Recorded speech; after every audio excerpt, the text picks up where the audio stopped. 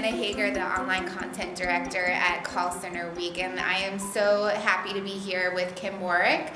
She's the client service center manager at New Jersey Shares. Can you tell us a little bit about what you do at New Jersey Shares? Sure. New Jersey Shares is a nonprofit organization, so I'm kind of unique, unlike all of my counterparts that attend this conference.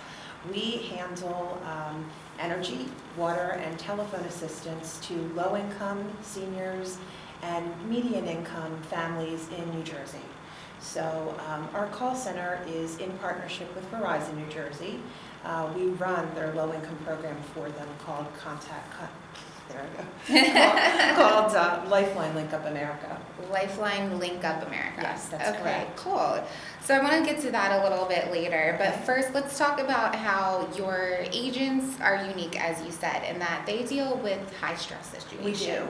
We often, depending on the season, get calls in the middle of winter that we have senior citizens that have no heat, no electric, which in turn means no phones in their home. They're not able to call even 911 without those basic services. So we have very unique partnerships with all 7 of the energy companies in the state.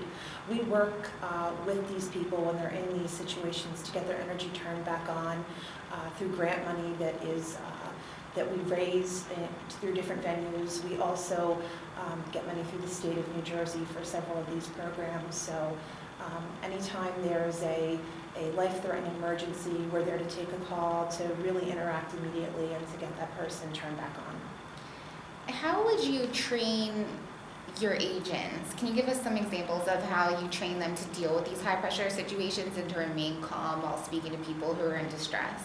Absolutely. I've actually been very lucky, and the model we've always used is we do a lot of reps that start out at younger ages with us, believe it or not. They have had little or no work experience. We work very closely with our 3 high schools and several of our local colleges, and we take kids on that need some job training.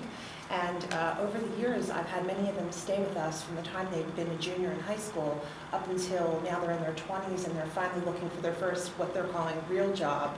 But if this isn't yes, a real job. Well, and I love that because truthfully, these are kids that aren't working at fast food restaurants. They're not working in other typical, teenage jobs. They're getting real life experience and dealing with real people with real problems. And we really have a in-depth training program. It's dictated by our partners, so we've developed a training model that not only teaches them the different programs, but really teaches them how to interact, how to understand the situations that these folks are in. And we even have a lot of different events in the community where my reps get to go out and interact with some of our clients that we're serving, and I think that gives them a real insight on how they can, how easy it is to one minute be fine and the next minute not be fine. And the economy in New Jersey is still not the best. There's a lot of middle-income families that have lost one family member's lost a job, but it really impacts the entire family and really puts them in a different income bracket. So my reps are trained on the telephones, they're trained on the program information, and they're trained in various other ways as well. You spoke of a training model. Does the training model have a name, or is it something that you've built from scratch? It's actually something we've built from scratch over the years. It started out as just some basic videos that we acquired, and then I've had the pleasure of attending a lot of the Call Center Week events. This is my 9th time here. Oh, welcome back again. Thank you. And we'll have to celebrate your anniversary next year. If I'm here, we'll see. Yeah. But I've made some really great contacts here, and people really, in general, want to help. So we are an agency that's what we do, we help. So by meeting different people at IQPC and making different partnerships and working with different vendors here, we've really been able to grow the organization to a level that is very unique and very much like any other call center that is being featured here. Absolutely. And I know I'm veering off a little bit, so pardon me, but this is important, I think, because I've already been hearing it this year, which is creating in the agents a sense of purpose that's higher than what they're really doing on a day-to-day basis. Right. And I think that you're able to achieve that by putting them out into the community and giving them a holistic view of this is what life is like. So would you maybe speak to that a little bit and how important that is to have a greater meaning of what you do on a day-to-day basis? Well, I think, it puts them in touch with reality. And New Jersey Shares has 350 partners in the state of New Jersey that we work one-on-one with. And by partners, it's anything from utility companies to local congressmen, senators, but we also work with hundreds of other nonprofit organizations in the state, Dress for Success, some church-based agencies. And so when they have different community events, we're invited to attend those events. So some of the things that my staff do are completely volunteer. I mean, they're not mandated to do these things, but being able to connect that phone call with that person sometimes really gives them a sense of success. And I really think that that's what, my newest agent is only a couple months old, but prior to that, we had agents that were 5, 6, 7, 8, 9 years. I don't see a lot of turnover, and I think it's because we involve them not just on the phones, but in the community events as well. Perfect. Yes. All right, so let's talk about Verizon. Your partnership, what's the model for that, and how have you been able to keep such an exemplary staff? Well, Verizon New Jersey contracted New Jersey Shares in 2005 to handle their low-income program, Communications Lifeline.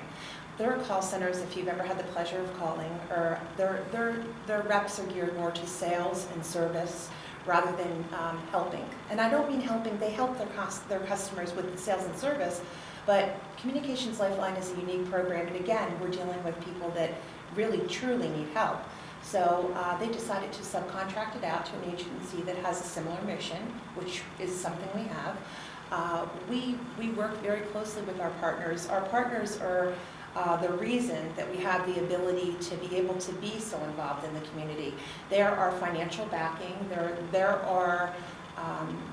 on all of our letterhead, the Verizon New Jersey and New Jersey Shares, and they really help us get out and get our mission out and get accomplished. Perfect. So lastly, I want to talk about how you track agent performance, because we all need to be doing it. You can't just wing it, all of these things. So what metrics do you use? And lastly, what kind of advice would you give to other call center managers that need to boost morale or performance, et cetera? Right.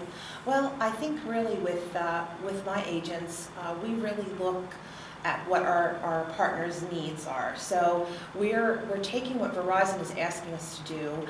We're tracking different metrics that they're asking us to track. They have to report to even higher than them. They have to report to the FCC on how many people are in this program. So they're constantly working off of different lists. We are tracking those lists for people that have dropped off the program, for new entries to the program. We're tracking our reps to see quality assurance reasons. We have different points that they need to make when they're on the phone. We're handling applications and paperwork, so when we go through all of that, our reps have different checkpoints and different things that they need to do as well. We're not as concerned with time on the phone. I really believe that it's more important to do one-stop resolution, and many of these folks have really navigated different programs, and these things are very hard for people. So especially for a first-time recipient of some kind of assistance, it's a very black area. So they are coming to us for help, and many of them don't know what to do. So I really want my reps to make it a personal experience. I'm not as, again, concerned with time as I am with getting it right the first time. We're there if they need to call us back. We're there for any questions, of course, but really getting their information, getting their paperwork processed, and getting them the help that they need is my first priority. Numbers are reported, we look at the same things that many people look at. How many calls are you getting? How many minutes between calls? We have a very high Hispanic population in New Jersey, so we have, a team of Hispanic reps that handle, thousands of calls each week. We're tracking how those numbers are going up so that we can staff our call centers properly.